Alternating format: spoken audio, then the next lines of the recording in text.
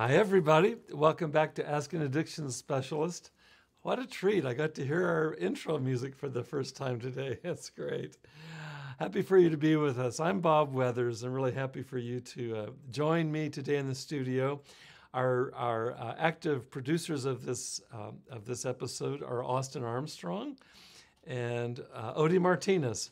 Usually Odie is sitting next to me, and so I miss you, Odie. Odie's manning the cameras, and Austin is keeping us connected with the world. We have a very special guest today, and I'd like to introduce her right now. It's Angela McLeod. Welcome to you, Angela. Thank you. Yeah. Good to be here. Very nice to have you. For any of you that have viewed our previous episodes over the last year, you'll be well familiar with Angela. She's become an active presence and is really an honorary member of every episode. She's very engaged with us, and probably the first 6 months of our podcast, it was primarily focused on my presentations. We've had a few guests along the way, and then the last 6 months or so, Odie Martinez has joined me, and we've had a really engaging dialogue, and I've really enjoyed that.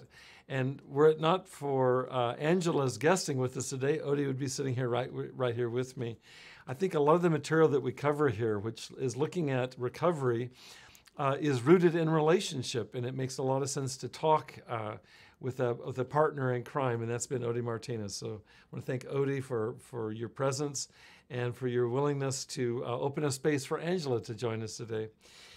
I'm going to introduce myself just briefly for anybody who's new to the podcast, and then I'm going to invite Angela for you to say a word about yourself, and then I'll kind of set up the topic for today, which I'm very much looking forward to as a kind of a part B, as a follow-up to last week's podcast, which focused on creative process. Just by way of introduction of myself, my background's in psychology. For the last 10 or 11 years, I've worked at a local university here in Orange County, California Southern University, and I continue to be involved there, but my involvement has lessened over time to where now I'm strictly involved with supervising doctoral research that's being done by our students in our Doctor of Psychology program, and almost exclusively working with students who are doing dissertations addressing addiction and recovery. Addiction to substances, addiction to certain behaviors, trauma related to kind of setting up sometimes the psychological conditions that make us vulnerable to addiction, and then of course looking at therapy and interventions that help in recovery. So that's the work I'm doing. And the truth is I've become more and more involved locally as well as regionally in what's referred to as recovery coaching. And so I lead groups every week here in the community locally. I have online clients across the globe, actually. I see clients here locally as well as online here in the United States as well as other countries. And the focus of my work is primarily working with clients that themselves are in recovery. Many are in early recovery, not all.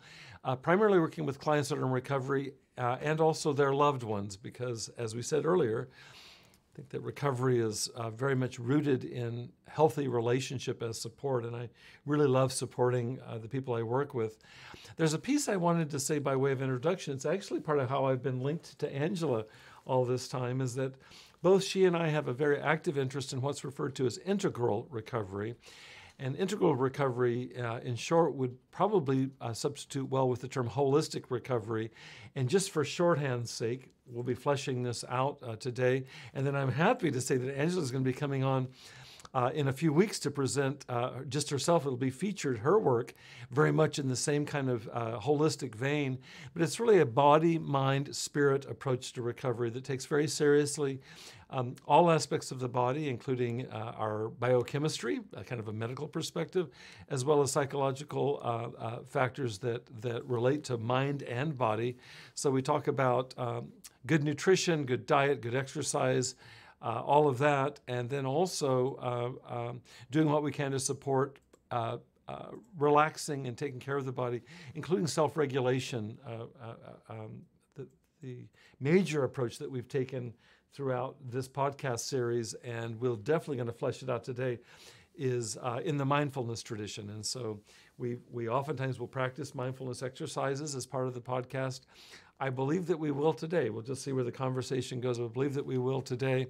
And so that's a resource that both Angela and I really value, as well as really looking at good information, providing the latest in scientific information. I actually brought in 2 articles today that have come out recently that we may or may not get to. I just brought them in case it comes up.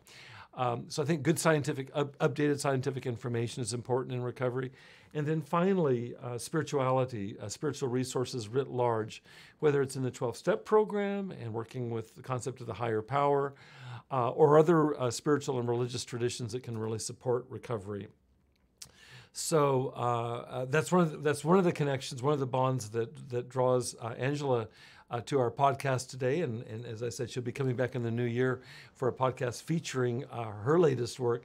But I want to open up a space, Angela, for you to say a word about yourself. And I'm game on for wherever you might want to go, and then I'll take it from there to introduce our topic. Thank you, Bob. Wow, it's great to be here.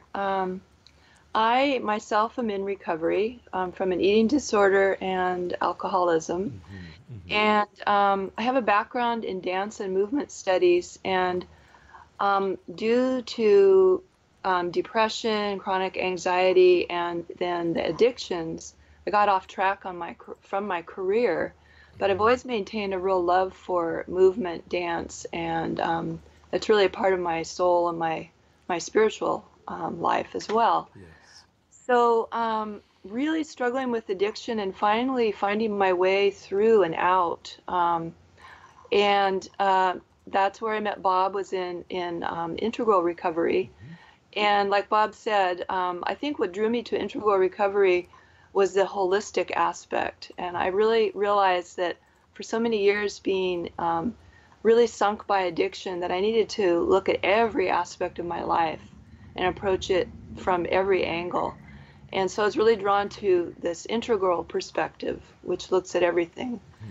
And now that I feel firmly planted in sobriety and not struggling so much with depression and anxiety, and actually removing the addictions really brought up a lot of the stuff underneath, the depression and the anxiety. So for me, and I still struggle with both of those, but for me, the first year to year and a half of sobriety has been dealing with my mental health and physical health as well. This kind of led me back around to my dance, because working with dance and having nurturing my spiritual life has been hugely important in being able to stick with my sobriety and my recovery. To just stay sober and struggle along just didn't feel like enough for me. I had to really investigate what is meaningful to me and what I love, and to try to nurture that. And so I really owe a lot to the integral recovery perspective because of the emphasis on all these different facets of our life. So that brought me around to, what is it that I want to be doing? What am I here for? Beyond just staying sober, I need to have more to be living for. And so I returned to dance, my source of creativity and my love of life. And I've been currently working with seniors who have dementia. So I've just slowly been working my way back into the work field and finding ways to do what I love. And it has been a huge gift. And that then led me to want to study some more movement forms. And I landed on Qigong, which is a healing movement form from Chinese medicine. And part of what drew me to it was the grace and the simplicity of it, and that really I see it as mindfulness in movement. And back to that topic of mindfulness. Mindfulness has also been a huge part of the foundation of my recovery.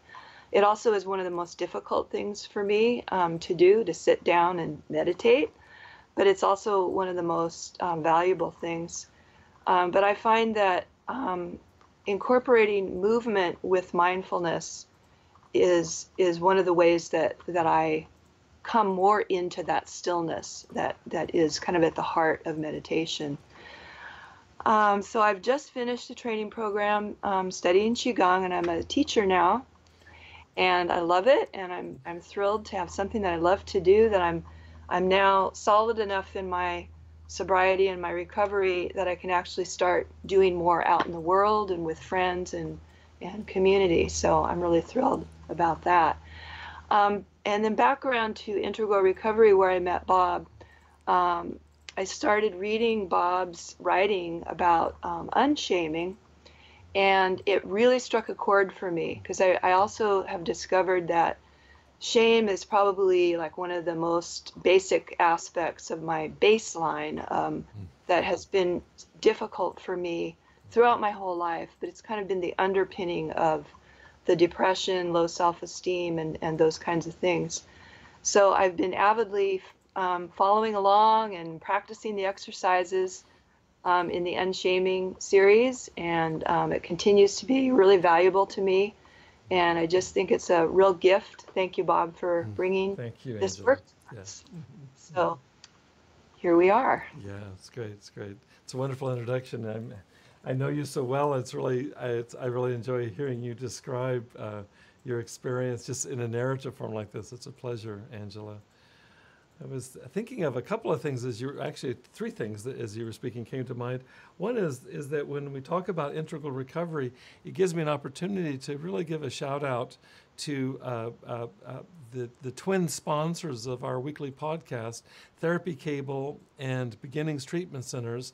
And I mention them because from the very beginning, before Beginnings Treatment Centers actually got on the ground here in Orange County, I'd had numerous conversations with the current and longstanding clinical director of Beginnings, Dr. Ehsan Garajadagi, who's also the CEO of Therapy Cable.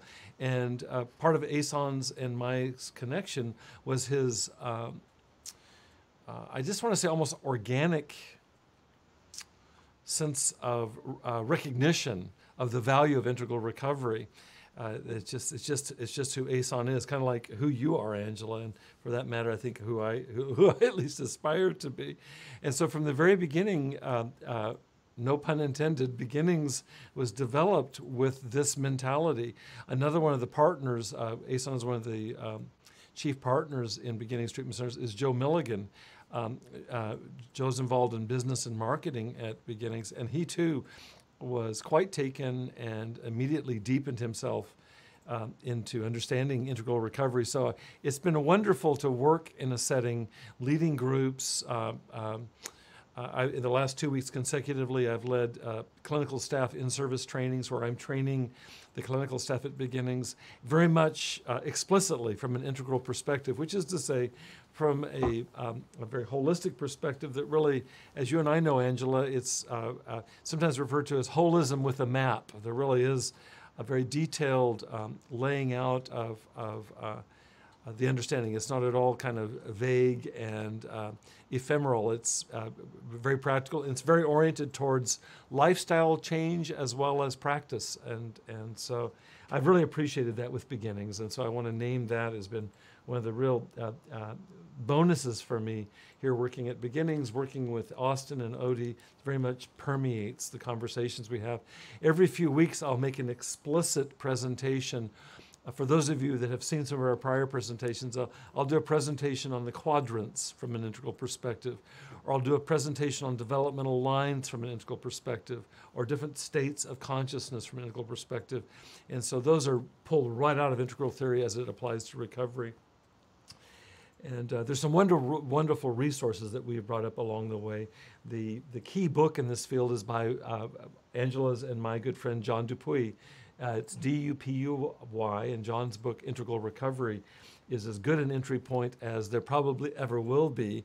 There are 2 or 3 other books out by John's and my close friend, Guy Duplessis. That's just what it sounds like, which means, how do you spell that? It's D-U space P-L-E-S-S-I-S. Guy is G-U-Y. Guy lives in Cape Town, South Africa, and John lives in very rural southern Utah. And now there's 3 books out in integral recovery. And Angela, you were referencing the book that I'm finishing up right now, which is the title of it is Unshaming, and it looks at the psychological dimensions of shame and stigma and how those relate to not only addiction but recovery, and it's very much grounded in an integral perspective. And so, God willing, in the new year when that new book comes out, it'll be a 4th contribution from an integral perspective. And Angela and I are collaborating on that book together. So. I feel like that she and I are both very much steeped in this tradition. She's worked closely with John and his wife, and so we're in that. So I wanted to name that, Angela, just as I was listening to you. There's another couple of things that came up as I was listening to you. One of them has to do, I loved the way that you described mindfulness with movement, describing your recent training and expertise in Qigong. And what came up for me was very immediate, and I've mentioned this recently, including in our conversations, Angela, is I've been working on practicing this. I've drummed my whole life, but I've never really tried to practice mindfulness with drumming. I certainly move into a flow state with drumming, but I do something virtually every morning, including this morning, which is swim for about an hour in a local community pool. And I just wanted you to know, Angela, I think I have a long ways to go. And I'm certainly not a dancer, but when I swim, I'm working on swimming mindfully. I'm actually using the swimming as a moving meditation, and I've got a long ways to go with that. It's amazing to me how distractible I can be from just being in the present moment when I'm active, in this case with swimming. And honest to goodness, with swimming, there's not very much else going on. You're just swimming the same lane over and over again. But I'd like to really utilize that, and it's inspired by what you just said. I'd like to utilize that that form of movement as a meditation. So I'm really embracing that and working on that. I think there was a third point, but it's swum away for the time being. So I'll tell you what I'll do is I'll quickly review where we left off last week, and then I'd like to just move into dialogue with you, Angela. 2 weeks ago, interestingly, and this dovetails very much with what Angela was saying, the title of our presentation was Waking Up with Mindfulness, and we were really looking from an integral recovery perspective at different states of awareness, and we talked about our default mode network, how our brains naturally default to kind of an I, me, mine, self-referential state that is highly associated with stress, and stress is highly associated with relapse to addiction. So the logic of looking at that default mode network is to understand it, first of all, and then to explore skillful means for being able to kind of develop more of a relaxed relationship to that I, me, mine, self-referential part of our brains. And so we spent an entire session on mindfulness, including an exercise, and I recommend you to that. That's 2 weeks ago. Last week we introduced the topic, the title was Living Creatively in Recovery. And really the idea there is not so different than mindfulness, because as soon as we talk about mindfulness, I have a hunch that Austin's wanting to send something to me, and we're getting there. Okay. When we talk about mindfulness, we're right up next to, at least in my experience, and I think yours, you can probably comment on this as well, Angela, we're right up next to talking about being in a state of flow. And while I don't know that they're identical, they're highly overlapping. And so people that write in the mindfulness tradition, who comes to mind right now is who I mentioned last week, which is Judson Brewer, references the originator of the theory of flow, Csikszentmihalyi, and they cross-reference one another. So Mihalyi talks about, Mihalyi Csikszentmihalyi, I'm sorry, I'm not even going to try to pronounce his name, but last week Austin looked it up for us. It's a mouthful.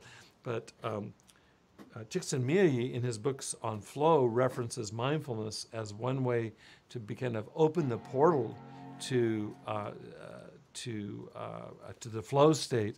And certainly you get people in the mindfulness tradition. Who comes to mind are John Kabat-Zinn and Judson Brewer, recently reading both of them right now. And they certainly refer to this process of flow. And how flow relates to creativity is that those two are highly overlapping. To be in a creative state of mind is to be in a state of flow. And in fact, to kind of come full circle, to be in a state of flow or to be in a creative state is next to impossible, according to psychological research, as well as neuroscience, it's next to impossible to reach that state while in the default mode network. So that's really what we introduced last week, and we went in depth with that. Part of why Angela's here today is that I always invite people to submit questions. In fact, I think somebody has, and Austin's working on getting that question or that comment to us right now, is that Angela and I spoke after the podcast, and your input was so valuable and so kind of a subtext that we never made explicit in our presentation last week, that I felt like it deserved our going back through that material and revisiting it with this deeper, I think deeper or fuller perspective on what constitutes creativity, for that matter, what constitutes mindfulness, and what are their relationships to shame and stress. And so just to kind of kick off our conversation, Angela, last week in one of my early slides, I discussed a recent presentation here on this podcast about the relationship of gratitude and shame, and they have an inverse relationship. That is that Robert Emmons, who's the primary psychological researcher on gratitude, suggests that it's one of the most effective ways to reduce stress, and shame is among the most, if not the most, stressful human emotions that we have. So the idea would be, to the extent that I practice gratitude is the extent to which I reduce or minimize the negative impacts of stress and shame. I believe that's true, and I followed up on that last week by introducing another slide suggesting a similar relationship between creativity and shame. If gratitude might be an effective antidote to shame, might not creativity be an antidote as well? To put it in the reverse, shame has a tendency of squelching creativity. Wouldn't the same logic apply to reverse that and suggest if we could cultivate creative resources that we might be able to harness some capacity to manage our shame? I think all of that's true. And I introduced the work of Joseph Wolpe talking about reciprocal inhibition, the idea that to practice gratitude, for example, is the opposite of a shame state. We talked last week about to practice calmness or relaxation is the opposite of a stressed state. I introduced the possibility that creativity could involve that same kind of inversion. But there's a fly in the ointment. There's a problem with that if we get too neat about it. And I want to thank you, Angela, because it was our conversations that really, I think, really brought that to the surface. And I couldn't agree more with where we went. I think what I'd like to do in just a moment, Angela, is hand the ball to you. I'm noticing that a dear friend from time gone by, herself in recovery, Christy Shaw, is here, and she says, "Hi, Dr. Bob." And I want to say hi, Christy, to you. Thank you for joining us today. You picked a good time to come, Christy, because we have a huge resource in Angela right now. So, Angela, this isn't meant to set up anything other than just opening into dialogue. How might we kind of massage open this relationship that, if we're not careful, can kind of create a kind of dualism where now we're arm wrestling with shame or we're arm wrestling with stress, and get ourselves into a thicket of trouble if we're not real careful? Any thoughts about that, Angela, just to begin with? Yeah, well, thank you. Well, actually, I just have to acknowledge that, like I said earlier, one of the most difficult things for me to do is mindfulness. And, just to, and then in the mindfulness and meditation tradition, there are focuses on compassion and gratitude. And when, like I said earlier, I've struggled a lot with depression. And sometimes when I'm in a really deep depression, the idea of gratitude and compassion is just not available to me. It's just a thought. It's not really something that I can relate to. So, in a sense, I've come to kind of be forced to be curious about my depression and about the states, the experiences, my sadness, or whatever it is that's going along that feels so difficult for me, and shame, for example. So for me to try to try to bring forth gratitude as an antidote to shame, I love that idea, but in my own experience, I've not been able to find that at times. And so, in my own practice, I've been exploring the idea of bringing kindness and curiosity to actually look at shame, to say, okay, here it is, it's here, I can't get rid of it, or sadness, or whatever it is that's difficult, that in the past I would have tried to just get rid of with drinking or something like that. And actually, from other models, therapy and different things like that, to just actually ask my shame or my sadness, what do you have to tell me? What do you have to teach me? So for me, the idea of, instead of just trying to get rid of shame, which I would love to do, I would love to just shove it out.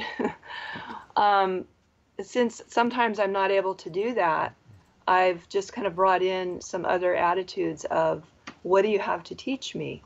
And then this is where creativity comes in, because I do have a playful side. I do have my dancer side.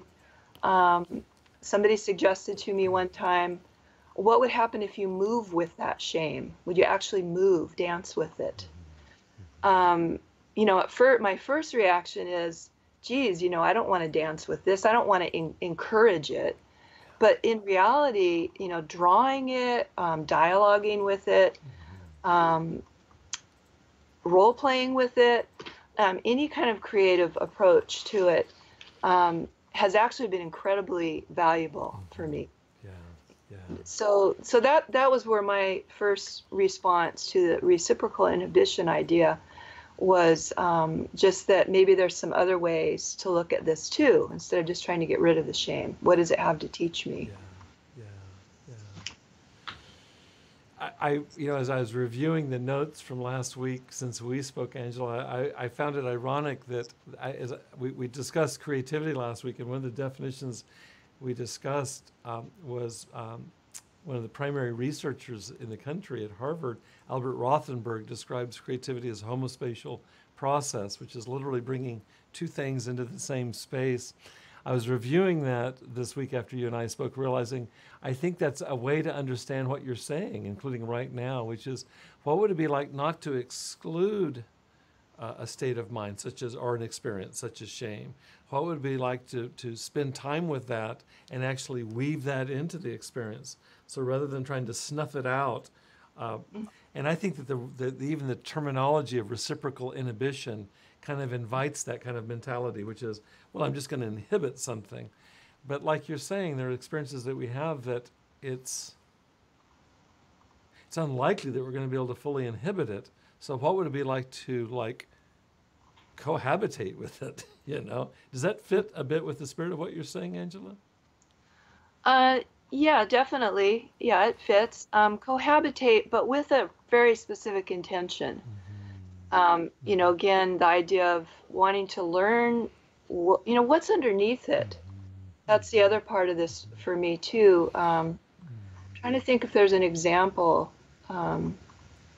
I have an example. Okay. About 5-6 months into my sobriety, I was still going through post-acute withdrawal, and I was having a lot of, basically I was irritable all the time. And I didn't like that. And the person who kind of got the brunt of my irritableness was my husband. And looking at the moments of irritableness, I usually thought, well, he did that, and that was annoying to me, and so now, he's kind of to blame. Yeah. But in my own, ambition to take responsibility for what I'm feeling, and also noticing that it was coming up a lot, I realized that most of it didn't really have anything to do with him. Now, the second thing that came up for me, because I'm pretty shame-based, is that I just felt bad about myself for, being this icky person to live with. Yeah. And so my reaction to that was, I'm going to do a vow of silence for a month. Because everything I say is just this kind of icky, mean energy. Yeah.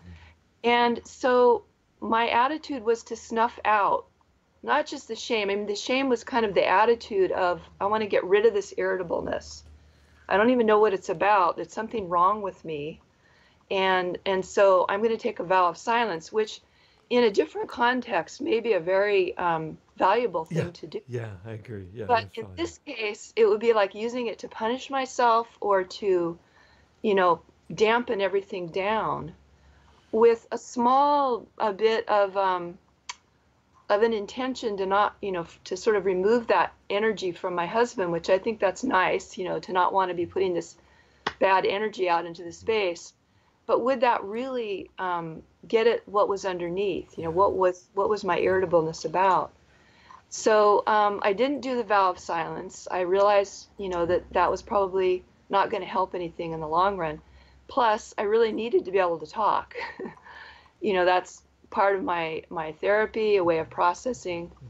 So instead, I turned towards the irritableness and asked myself, I just basically took not in one sitting, but just over time, I tried to sit with what is it that's underneath here. And I realized that there was a lot of frustration that for so many years in addiction, I wasn't doing what I really wanted to be doing with my life. Yes. And I wanted to be dancing and I wanted space to dance. And once I realized that I needed to put my energy into what I really want, then the irritation, the irritableness started to go down. And it's not completely gone, but it really shifted things. And so what I see there is the value in not having a first reflex to just get rid of the irritability, Yes. like, Yeah. oh, I'm a Yeah. bad person, I need to get rid of this, stop doing it, punish myself, and instead turn toward it with kindness, with curiosity, all these things that, the gratitude practice, like in a way, even saying, thank you, irritableness. You're here to tell me something. What do I need to hear? Um, but that was a long process. That wasn't, in one or two sittings. Yeah. That took months of working with that. Yeah. So, Yeah. It's beautiful. I really appreciate you bringing us inside your experience, Angela. That's very helpful. I think it really anchors the conversation in a really useful way. I'll tell you what, as I was listening to you, what came up for me, I was writing down a couple of notes here. What came up for me was a parallel process that I've worked on off and on over the years, but it's much more present for me right now. And I wonder if you can relate to this yourself. In fact, you may well have done this yourself. It's a variation on what you just shared. I've been very aware in my own addiction process of having almost zero impulse control. And so got very in touch with, to put it in another language, got very in touch with my craving. And so it's one thing to stop using in terms of addictive substances, or for that matter, to abstain from addictive behaviors that are not substance related. But I've been very interested to kind of, like you did with the irritation, the irritability, been very interested to kind of plumb deeper into craving. And so it's going to sound odd, maybe, I don't know, but I would love to dialogue with you about it. In recent times, what I've been doing as part of my daily meditation is spending some time just being with what comes up for me. It's going to sound funny perhaps, but yesterday morning as I was sitting there meditating, what came up was a terrible itch above my right eye, in my right eyebrow. So it can be as concrete as a desire to scratch an itch. Also, what came up for me was some creative idea, which oftentimes will happen if I just open a space, and I'm sure you know what that is in your own life, and wanting to write it down. It's like, no, I want to write this down, and to just observe that. I can write it down, and gosh, I can't tell how many times I've interrupted meditations by writing down great ideas or scratching or whatever, much more often than not. I feel like I've yielded to that over the years of meditation. yeah. And there was also another one. Oh, it was an impulse to get up and do something in the house. It wasn't even a great idea. It was I just very struck by it. And just like for you to be with an emotional state, like a kind of an irritability, for me to be with with craving to be, and the craving is to move. In fact, to be honest with you, the strongest craving, this is it's so strong that it's hard for me sometimes to be in any other state of mind than this particular craving, which is I just crave to think about things. I have figured out, you and I have talked about this, I figured out that about 90% of what I think about that comes up spontaneously in meditation is some solution to some problem. Yeah. Whether that's bona fide or not, it's just what my brain does. That's what my brain defaults towards. And I don't think there's a thing wrong with that. I think like with your irritability, there's nothing wrong with that. It just, what would it be like to develop, I think the closest word I came up with, like with yesterday and this time in which I'm doing this, a curiosity. What would it be like to hold with kind of a gentle curiosity this craving that manifests in different forms? Great ideas, scratch your eye, write something down, go fix something in the house, and just be with it. And I'll tell you, for me, Angela, what's revealed, and I know this cognitively, you and I both read plenty and had plenty of experiences. What I'm struck by is how there's such a coming and going with the craving, how impermanent the craving is. I mean, I've got to do this right now. And literally just sitting and watching it, I can almost watch it evaporate before my eyes. Yeah. And if it didn't, that would be okay. I would watch it not evaporate. But I've been really, really curious about that. And I'll add a postscript, and then I'm interested in your thoughts, is that I haven't quite figured out how I want to introduce this yet to the clients with whom I work in groups, because the majority of my work is leading these psychoeducational groups on addiction and recovery. So I haven't quite figured out how I want to translate this, because I don't want it to sound so doggone esoteric that no one's interested in trying it. But I do think that this kind of exploration, what you're describing around your own process and what it is I'm describing, I think it is germane to recovery. I know that it is for me. For example, when I begin to just sit with and be down into craving, that's a hop, skip, and a jump from active addiction for me. That really is what addiction is. It's just craving kind of on steroids. And so I feel like I'm tapping into a process that is there a lot. It's universal, and to its extreme, it's got me in a lot of trouble and caused a lot of suffering, not only in my life, but in people that love me. So I'm going to continue to follow this, but it's very much kind of taking seriously the non-exclusion. I'm not trying to get rid of craving. You're not trying to get rid of irritability. What would it be like to just rest in its presence, be curious, and see where it leads? For you, it led to some pretty amazing insights. And I don't know if I've had any epiphanies yet, but I'm open. Yeah. Yeah, isn't craving, just at the heart of our addictions, and then not the lack of impulse control. You use that phrase, impulse control. Yeah. Oh, I'm right with you. I think I'm very similar. I actually when I've been out of my modes of depression, and I sit down to meditate or whatever, and it's such a relief to not have all these negative thoughts that now I'm really curious about my creative thoughts. I don't want to meditate. I want to think about this and that, or this wonderful idea. Yeah, a lot of my meditations get interrupted by positive, inspiring solutions too. But I do see mindfulness as developing a skill, probably a lot of skills, or developing a kind of a muscle of that is really super important in recovery. At least for me, it is.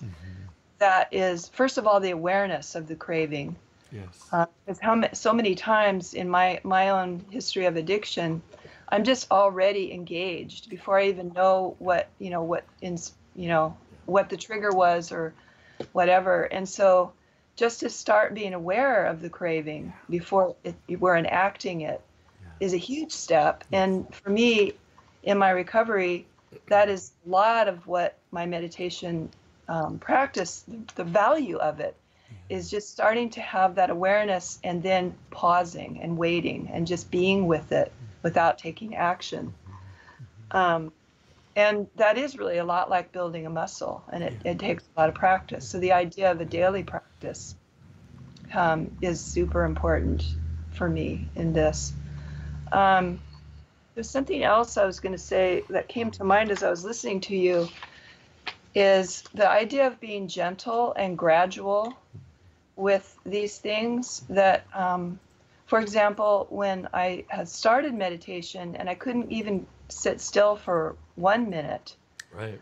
I was so grateful to hear our friend Doug Prater talk about establishing a new habit or establishing a meditation practice, where he suggested to set the bar ridiculously low. And I remember him saying that word, ridiculously low. Like, when you're going to sit down to meditate, promise, just say to yourself, I'm going to sit here, I'm going to focus in the present moment for 5 seconds. I'm done. That's it for today. Job well done. But you got to hear the next parts, because to me this is also important.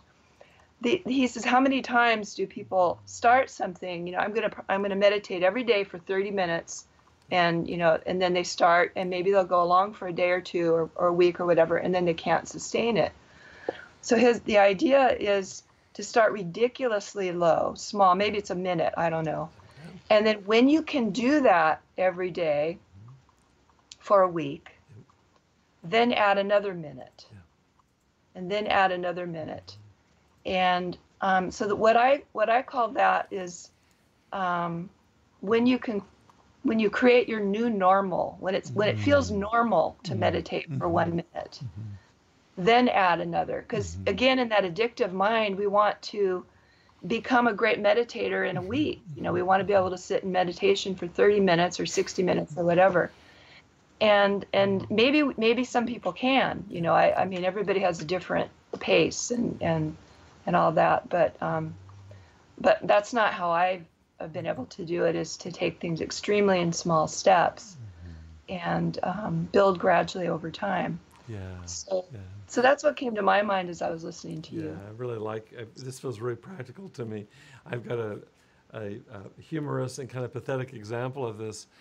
Where my wife and I live, there are these very steep stairs, and they're significantly long. There's a lot of stairs, and it's scarce. It kind of connects where we live to a park that's down below. We live on a hill, and I discovered this some time ago, and thought this would be a good place to develop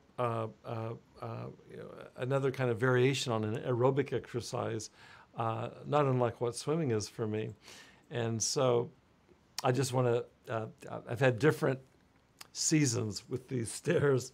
Most recently, I think it was late last week, I'd gotten out of it for a few weeks, and the stairs are very unforgiving. If you overdo it, they'll get you. And so I went last week, and I actually did just one lap with the stairs, went to the bottom and came all the way up. And I wanted to give my calves, it goes right into my calves and my quads, primarily my calves. I wanted to give my calves the time to get used to it. So Angela, I waited for 2 days, and I didn't have any ill effects. I waited for literally 2 days, missed 1 day. And so came back 2 days later, and I thought, well, I'll just double it. You're going to die when you hear this, Angela. I'll just double it. So I'll just do 2 laps of the stairs. I was up to a certain point where I got up to where I was doing 14 laps of the stairs.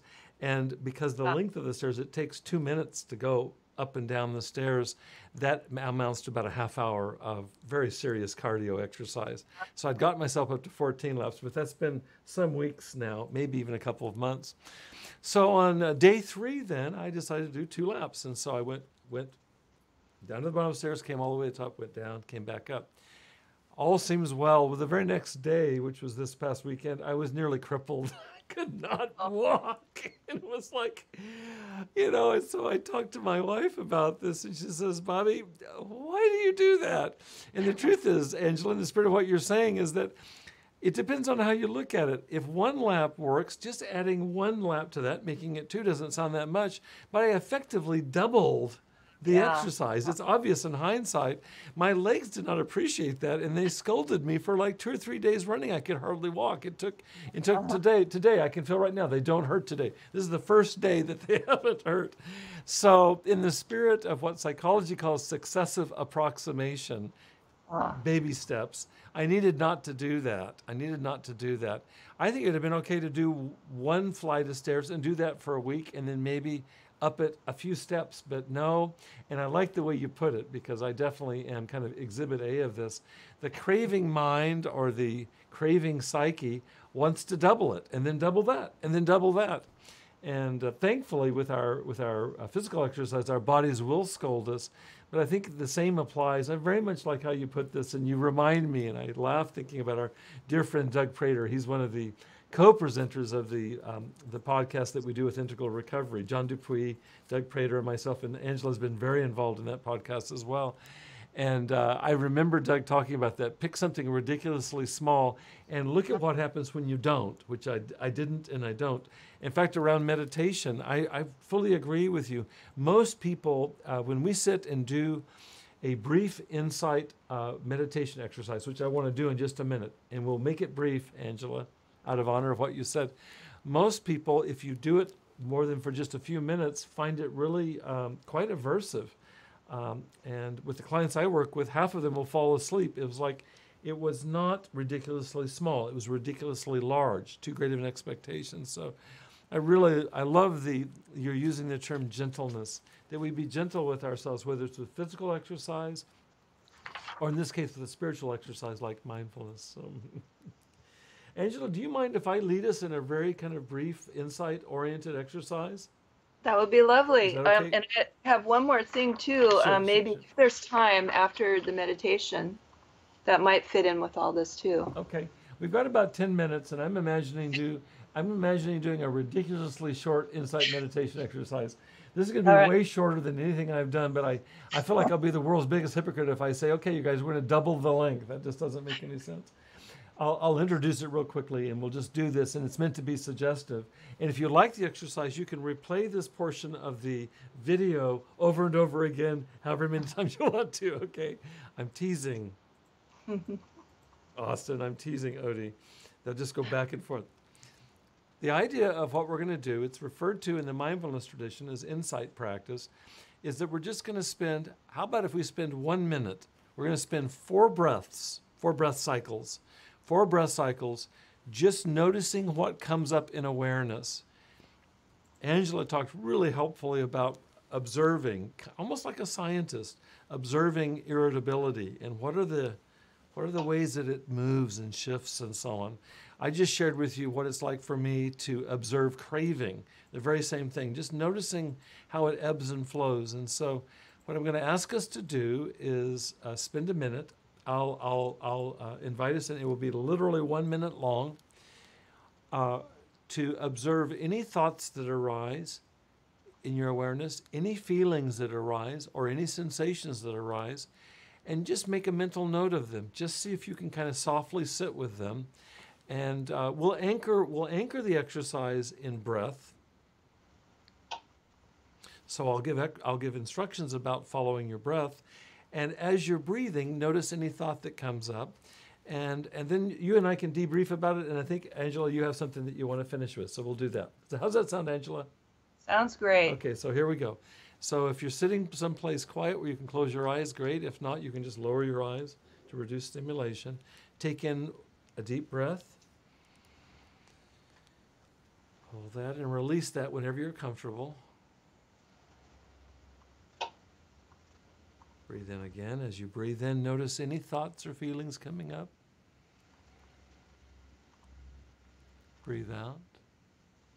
We're halfway done. Breathing in. Again, notice if anything arises in terms of thoughts, feelings, or sensations.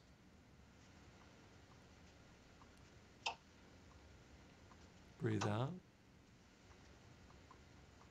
One more breath. Breathing in.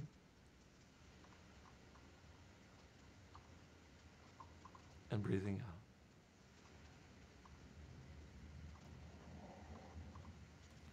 Thank you. We just completed an exercise in speed meditating.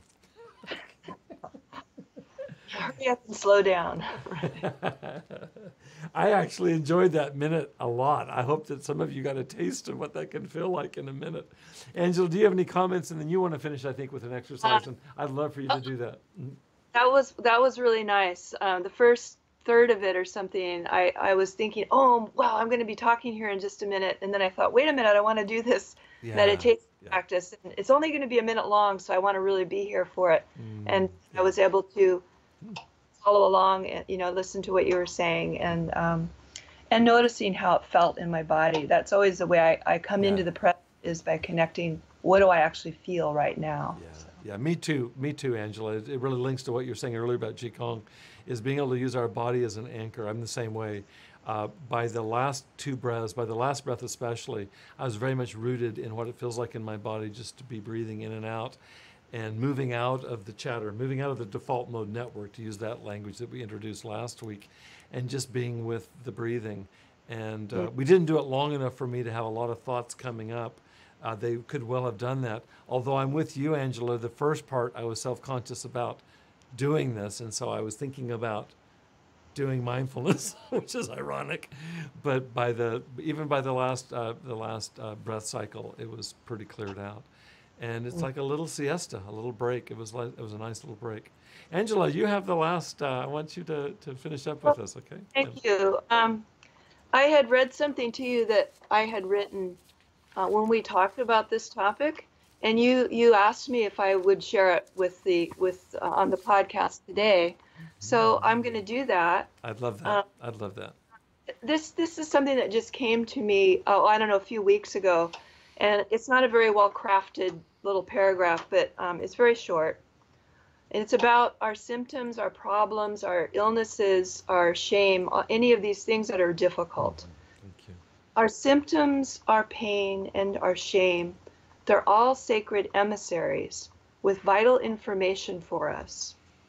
We tend to see our difficulties as pathology to be fixed or gotten rid of. But we could try something different. Instead, we could try holding them with relaxed attention and compassion, and create a space where their messages and their wisdom might be revealed and fulfill their mission as helpers for us in our growth. So beautiful. So, I really do love it, Angela. I want to insert something. You just evoked it powerfully, and it came up for me earlier, and it was the third thing that I forgot earlier. I'm currently reading John Kabat-Zinn's Introduction to Mindfulness, a very short book on mindfulness. And this morning's reading, is before I did the meditation, is that he said, the part of us that can observe our anxiety, can we observe the anxiety not as my anxiety, but as this anxiety? And I did that this morning because I was a bit anxious this morning. It's just like being with it in the same way that you just shared. I found it really useful. And he said, he put it this way, I'm not getting it exactly right, but he says, is the part of us that's aware of pain itself in pain? Which sounds like an odd kind of conundrum, except that was my experience this morning. The part of me that can observe my anxiety, let's say, or some kind of psychological or even physical pain, that part that's observing it actually is not itself in pain, which is the first time that I've ever really read anybody articulate it quite that way. And you just reminded me of it beautifully with what you read right now. When you shared that with me last week, I loved it, and I wanted you to bring it. And it's informed even more so by this morning's reading in John Kabat-Zinn, as well as this morning's meditation. It's really extraordinary that we could look at these as sacred emissaries, this pain, this anxiety, and actually develop a relationship to it that both respects it and takes care of it, and also is not sunk by it, sunk by anxiety, sunk by depression. Yeah. I want to let you have the final words, and then I'll wrap up, okay? Okay. Well, it's been a pleasure to be here. I'm not able to see you on the screen, so that part's a little interesting. I can hear your voice. You know how that phrase is nowadays where people say, I feel you? I I feel do. like, I feel yeah. you, Angela. In fact, I purposefully not looked towards the screen. Odie has a monitor in front, but I wanted to experience a bit of what you were experiencing, which is just being with each other in presence. Yeah. Um, I'm just really grateful for the opportunity to join you here, and and I appreciate all the many, many months, over a year now, that you guys have been doing this, Yeah, and yeah. it's just been such a blessing, and so helpful. And Thanks thank so you much. Thanks so continually. much. Thanks so Yeah. much, Angela. You've been such a huge contribution, very much of a constant. You became a presence very early on um, to Austin and France when we were working together. Then Odie joined us, and you're really part of the team now. So thank Yeah. you. You're a not so silent partner. I really appreciate that.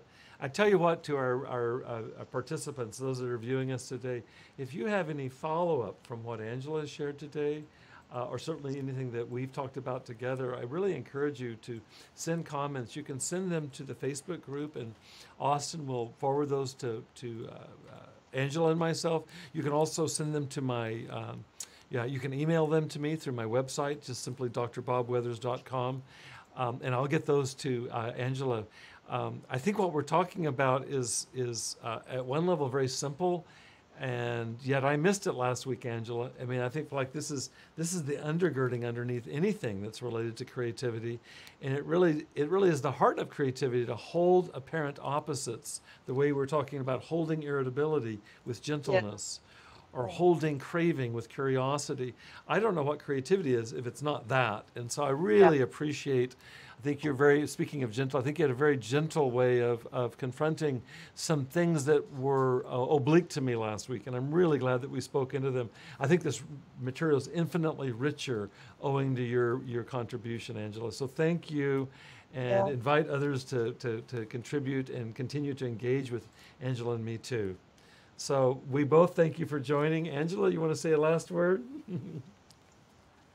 Uh, Blessings to you all, Yeah, and yeah. persevere and be gentle, both. Yeah, very good, very good. Thanks so much, Angela. Thank you. Be Thank well. you. You all come back next. We'll be back next week for the next podcast next Wednesday afternoon. See you then.